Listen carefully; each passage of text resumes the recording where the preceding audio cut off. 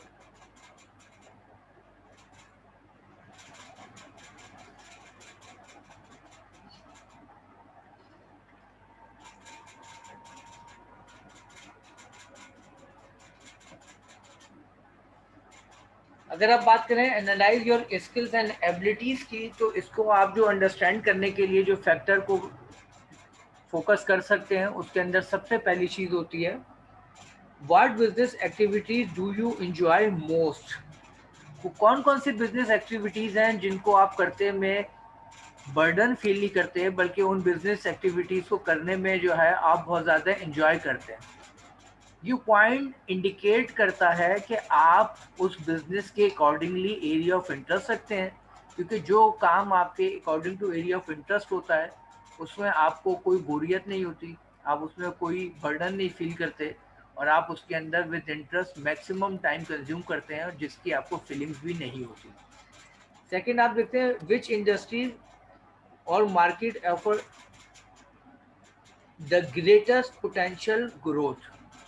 जो बिजनेस आप खरीदने जा रहे हैं, परचेस करने जा रहे हैं, उस बिजनेस की जिस इंडस्ट्री से बिलोंग करता है उस इंडस्ट्री का ओवरऑल ग्रोथ रेट क्या है। क्योंकि अगर इंडस्ट्री ग्रो कर रही है तो इसका मतलब उस बिजनेस को भी ग्रो करने की पॉसिबिलिटी ज़्यादा होंगी, और जब बिजनेस को ग्रो करने की पॉसिबिलिटी ज़्यादा होंगी तो फ़ायदा ये होगा कि आपको एक ऐसी सपोर्ट मिलेगी जिसमें आप कम वक्त में ज़्यादा तरक्की कर सकेंगे। तो आपको ये भी देखना होता है कि बिजनेस किस इंडस्ट्री से बिलोंग करता है। उसके बाद नेक्स्ट जो है हम देखते हैं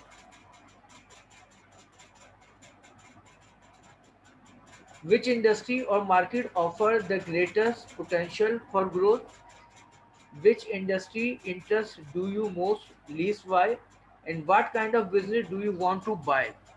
आप पर्सनली जो अपने जहन में एक इमेज रखते हैं कि आप किस नौयत का बिजनेस परचेज करना चाहते हैं।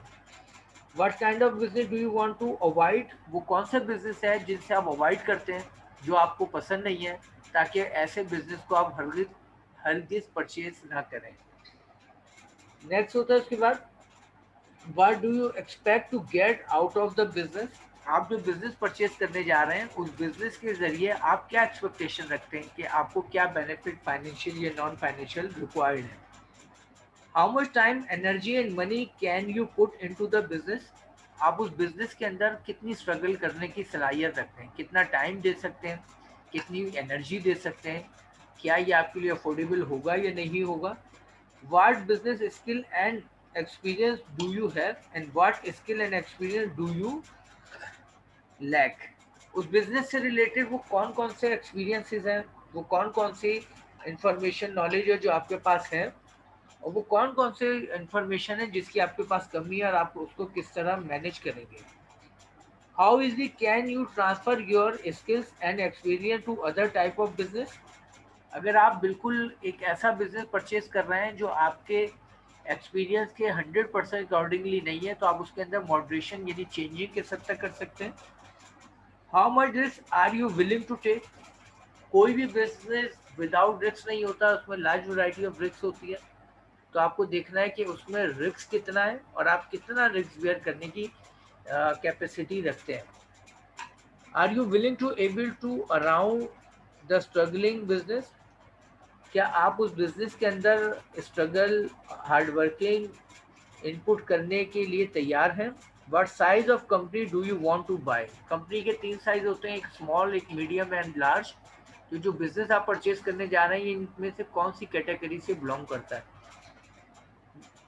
Is there a particular geographic location you desire? अक्सर बिजनेस से ज़्यादा अहम चीज़ होती है उसकी ज्योग्राफिकल लोकेशन, कि जो हम बिजनेस परचेज करना चाह रहे हैं वो हमारी आइडियल लोकेशन पे मौजूद है भी या नहीं। तो ये वो तमाम पॉइंट हैं जो आपको देखने पड़ते हैं अपनी स्किल्स, अपनी एबिलिटी और अपने इंटरेस्ट के अकॉर्डिंगली। अब हम बात करेंगे prepare a list of potential candidate. जब हम बिजनेस परचेज करने जाते हैं तो यहाँ पे हमारे पास दो ऑप्शन होते हैं। एक ऑप्शन वो होता है जो ऑनर ओपनली मार्केट में डिक्लेयर कर देते हैं कि वो अपने बिजनेस को सेल करना चाहते हैं। एक ग्रुप ऑफ बिजनेस ये होता है। एक होती है हिडन मार्केट। हिडन मार्केट हम किससे कहते हैं? हिडन मार्केट उन बिजनेसेस को कहते हैं जिनके ऑनर लास्ट 1 ईयर, 2 ईयर या 3 ईयर या 4 ईयर से बिजनेस को ऑपरेट कर रहे हैं, लेकिन इंटरनली वो अपने बिजनेस के रिटर्न से सेटिस्फाई नहीं है, बिजनेस की ग्रोथ से सेटिस्फाई नहीं है, बिजनेस की प्रॉफिटेबिलिटी से सेटिस्फाई नहीं है, और वो कंफ्यूज है कि वो बिजनेस को कंटिन्यू करें या नहीं करें।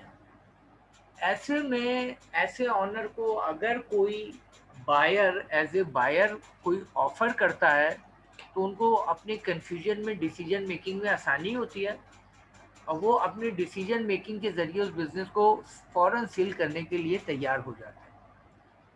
तो ये जो हिडन मार्केट होती है ये आपके लिए बड़ी चार्म रखती है buying as a existing business में, कि अगर आप कोई बिजनेस परचेज करने जा रहे हैं तो उस हिडन मार्केट तक आप कैसे पहुंच सकते हैं। तो यहाँ पर हम देखेंगे कि वो हिडन मार्केट तक पहुँचने के लिए हमारे पास जो अहम सोर्सेज होती हैं वो कौन कौन सी हैं जो हमें वहाँ तक पहुँचा सकती है। इसमें होते हैं बिजनेस ब्रोकर्स। बिजनेस ब्रोकर वो होते हैं जो इंडस्ट्री की तमाम स्मॉल, मीडियम और लार्ज ऑर्गेनाइजेशन में डील कर रहे होते हैं, और इनका इंटरेक्शन इन ऑर्गेनाइजेशन से बहुत फ्रीक्वेंटली होता है, और ये ऑर्गेनाइजेशन की करंट फाइनेंशियल और पास्ट फाइनेंशियल कंडीशन के बारे में बहुत ज़्यादा जानते हैं। तो ये अंदाज़ा लगा लेते हैं वो कौन से ऑनर होंगे जो बिजनेस को सेल कर सकते हैं, तो ये आपकी हेल्प कर सकते हैं while purchasing existing business. Second, bankers. कोई भी बिजनेस हो उसका एक स्ट्रांग रिलेशनशिप फाइनेंशियल इंस्टीट्यूशन यानी बैंक से होता है, और बैंक उस कंडीशन में जो है एक बहुत ज़्यादा फाइनेंशियल इंफॉर्मेशन रखते हैं अपने क्लाइंट से रिलेटेड, और बैंक जो है फाइनेंशियल क्राइसिस को भी एनालाइज करते हैं, फाइनेंशियल इम्प्रूवमेंट को भी ऑब्जर्व करते हैं। तो बैंकर्स भी जो है आपको सपोर्ट फराहम कर सकते हैं ऐसी इंफॉर्मेशन के ज़रिए कि वो कौन से बिजनेस हैं जो अवेलेबल फॉर सेल हो सकते हैं। थर्ड जो अहम सोर्स है हिडन मार्केट में वो होते हैं अकाउंटेंट, यानी वो अकाउंटेंट जो या तो प्रेजेंटली या पास में उस बिजनेस या ऑर्गेनाइजेशन में जॉब कर रहे थे या कर रहे हैं, वो भी अपनी ऑर्गेनाइजेशन की फाइनेंशियल पोजीशन को बहुत करीब से जानते हैं, और वो भी अंदाज़ा लगा लेते हैं कि ऑनर अपने बिजनेस से सेटिस्फाई हैं या नहीं। फिर उसके बाद आते हैं इन्वेस्टमेंट बैंकर्स, वो बैंक जो इन्वेस्टमेंट करते हैं, जो कि लोन्स वगैरह शॉर्ट टर्म और लॉन्ग टर्म बेसिस पे ऑनर्स को देते हैं। अगर लोन की इंस्टॉलमेंट नहीं आ रही तो वो भी अंदाज़ा लगा लेते हैं उनकी फाइनेंशियल कंडीशन का। फिर आते हैं industry contract, supplier, distributor, customer, insurance, broker and other. ये तमाम वो एक्सटर्नल सोर्सेज हैं जो किसी भी बिजनेस से बहुत ज़्यादा करीब होती है, और वो उस बिजनेस की फाइनेंशियल करंट कंडीशन से बहुत बेहतर वाकिफ होती हैं, और वो भी ये बता सकती हैं कि कौन से बिजनेस अवेलेबल फॉर सेल हैं। उसके अलावा आप ट्रेड डायरेक्टरीज, डिक्शनरीज और इनसे भी सहारा ले सकते हैं, ट्रेड एसोसिएशन से हेल्प ले सकते हैं, न्यूज़पेपर, जर्नल से भी ले सकते हैं। तो ये वो तमाम सोर्सेज हैं जिससे आप हिडन या ओपन दोनों मार्केट्स के बिजनेस अवेलेबल जो सेल होते हैं उनके बारे में इंफॉर्मेशन ले सकते हैं।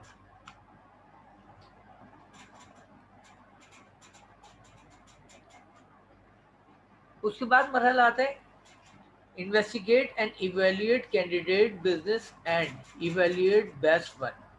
अब आपने मार्केट में पूल तैयार कर लिया है जिसमें 4 या 5 आपने ये 10 बिजनेस ऐसे हैं जो अवेलेबल फॉर सेल है, तो आपको अपने डिसीजन मेकिंग को आगे बढ़ाना होता है और आपको देखना होता है कि इनमें से वो कौन से बिजनेस हैं जो आपके लिए फेवरेबल, बेनिफिशरी, एक्सेप्टेबल हो सकते हैं। तो ऐसे में आप देखते हैं मार्केट के अंदर उन तमाम बिजनेस के दरमियान में कंपैरिजन, यानी आप एक एनालिसिस करते हैं। वो एनालिसिस करते वक्त आपको क्या ध्यान में रखना है, what are the company strength and weaknesses. जो भी बिजनेस ऑर्गेनाइजेशन आप परचेज करने जा रहे हैं उसकी डेफिनेटली कुछ स्ट्रेंथ होंगी, डेफिनेटली उनकी कुछ वीकनेसेस होंगी जिनका ताल्लुक उनके इंटरनल इन्वायरमेंट या इंटरनल फैक्टर से होता है। Second, is the company profitable and what is overall financial condition. जो बिजनेस आप परचेज करने जा रहे हैं वो बिजनेस या कंपनी की करंट फाइनेंशियल पोजीशन क्या है, इम्प्रूव है, वीक है, स्टेबल है, ये आपको देखना होता है। What is the cash flow cycle and how much cash will be company generate. जो कंपनी आप परचेज करने जा रहे हैं उसका कैश फ्लो की कंडीशन क्या है, यानी कैश फ्लो साइकिल क्या है और कितनी capacity to generate a cash flow रखती है वो कंपनी। फिर उसके बाद आपको देखा जाता है who are its major competitor. सबसे अहम चीज़ होती है कंपिटिटिव इन्वायरमेंट, कि जो बिजनेस हम परचेज करने जा रहे हैं उस बिजनेस के जो मेजर कंपिटिटर वो हैं कौन और उनकी करंट पोजीशन, कंपिटिटिव स्ट्रेंथ क्या है।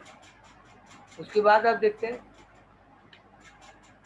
How large is the customer base and is it growing और श्रिंकिंग। जो कस्टमर है वो किस हद तक जो ग्रो कर रहा है, यानी कुछ कंपनीज ऐसी होती हैं जिनकी मार्केट में जो कस्टमर की क्वांटिटी है वो बढ़ रही होती है, मार्केट शेयर में इजाफा हो रहा होता है, यानी वो गुडविल अर्न कर रही हैं। और कुछ कंपनीज ऐसी होती हैं जिनकी मार्केट में कस्टमर रिड्यूस हो रहे होते हैं, ये इंडिकेट करती है कि वो इलविल डेवलप कर रही हैं। तो ये बड़ा अहम फैक्टर होता है क्योंकि कस्टमर का ट्रेंड अपवर्ड है या डाउनवर्ड है। फिर उसके बाद आपको देखना था are the current employees suitable, will they stay. Employee से रिलेटेड दो कंसिडरेशन होती है। पहली बात, एम्प्लॉय सही है यदि according to requirement of business उनकी कॉम्पिटेंसी है, और दूसरी चीज़ अगर सही है भी तो क्या वो बिजनेस में स्टे करेंगे, वो बिजनेस में रुकने के लिए तैयार होंगे। तो ये दो चीज़ें आपको देखनी होती है बिजनेस से रिलेटेड। फिर उसके बाद आपने देखना होता है what is the physical condition of the business. Business की जो फिजिकल कंडीशन है वो क्या है। अगर बिजनेस की फिजिकल कंडीशन बेस्ट है तो इसका मतलब आपको ज़्यादा री इन्वेस्टमेंट की ज़रूरत नहीं पड़ेगी, और अगर फिजिकल कंडीशन पुअर या ऑर्डनरी है तो आपको ज़्यादा फोकस करना पड़ेगा री इन्वेस्टमेंट की तरफ।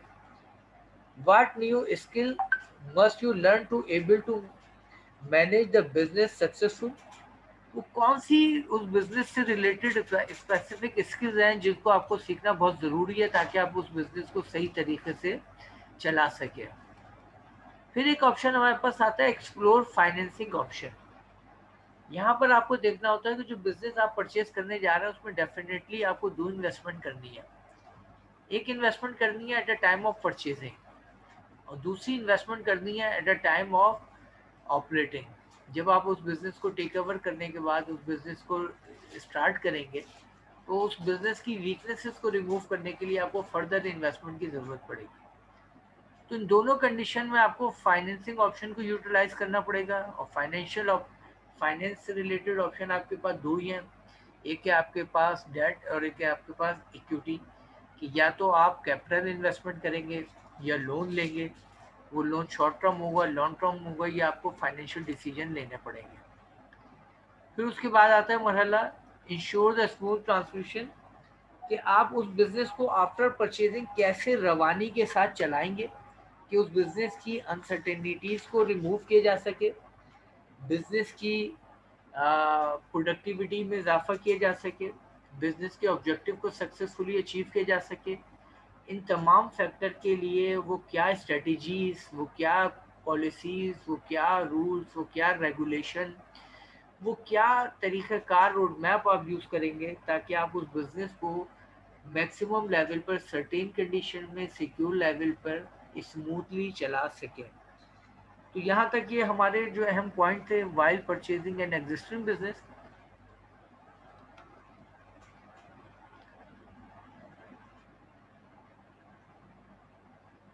अब यहाँ पर हम देख रहे हैं evaluating an existing business due to diligence process. क्या आप किस तरीके से एग्जिस्टिंग बिजनेस को इवेल्यूएट कर सकते हैं एक खास प्रोसेस के जरिए। इसमें सबसे पहले why does the owner want to sell. किसी भी ओल्ड ऑनर का बिजनेस को सेल करने का जो सही रीज़न है ये जानना बहुत ज़रूरी होता है, क्योंकि वो रीज़न जो है, ऑनर अगर सीरियल एंटरप्रेन्योर है तो उसका मकसद होगा कि वो प्रॉफिटेबल बिजनेस सेल कर रहा है, लेकिन अगर वो सीरियल एंटरप्रेन्योर नहीं है तो इसका मतलब है वो क्राइसिस फेस कर रहा है। तो ऑनर ज़्यादातर वाइल सेलिंग ओल्ड बिजनेस सही रीज़न नहीं बताते, लेकिन आपको सही रीज़न तक पहुंचना ज़रूरी है, वरना आप सही डिसीजन मेकिंग नहीं कर सकेंगे। Second, what is the physical condition of the business. Business की फिजिकल कंडीशन एक्सेप्टेबल है, फेवरेबल है। What is the potential for the companies product और सर्विस। कंपनी की जो प्रोडक्ट एंड सर्विस है उसका पोटेंशियल क्या है, यानी वो प्रोडक्ट जो है एक्सेप्टेबल मार्केट में कंज्यूमर के लिए सेटिस्फैक्ट्री लेवल पर है या नहीं है। उसके बाद what legal aspect should be consider. वो कौन कौन से लीगल एस्पेक्ट हैं जो हमें कंसीडर करने चाहिए, जो बिजनेस के लिए लीगल इन्वायरमेंट बहुत अहम रोल प्ले करती है। Is the business financially sound. और जो बिजनेस आप परचेज कर रहे हैं क्या वो फाइनेंशियली साउंड है या नहीं है, ये भी आपको देखना है। तो ये वो अहम पॉइंट हैं जिनके ज़रिए आप ये फोकस करते हैं कि जो बिज़नेस आप परचेज़ करने जा रहे हैं वो आपके लिए फ्यूचर में फेवरेबल होगा या नहीं होगा।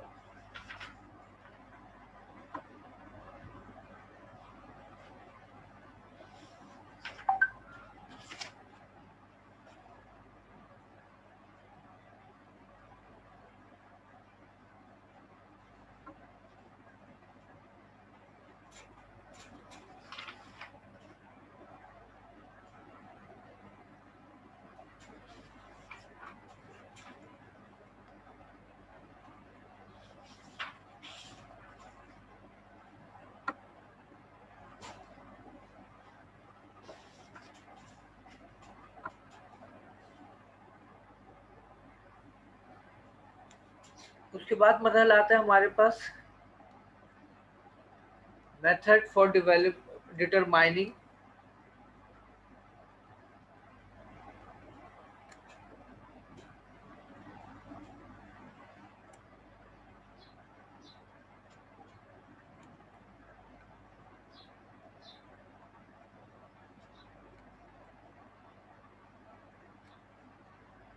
Method for determining the values of business. हम कौन से मेथड यूज़ कर सकते हैं किसी भी बिजनेस की एक्चुअल वैल्यू को डिटरमाइन करने के लिए। इसके अंदर एक होता है हमारे पास गुडविल मेथड, एक होता है बैलेंस शीट टेक्निक, एक होती है एडजस्टेड बैलेंस शीट टेक्निक। ये वो टेक्निक है जिनके ज़रिए हम बिजनेस की वैल्यू को डिटरमाइन कर सकते हैं। अभी हम आज की क्लास को यहीं पे स्टॉप करेंगे और नेक्स्ट क्लास में इसको हम यहीं से स्टार्ट करेंगे। अल्लाह हाफ़िज़।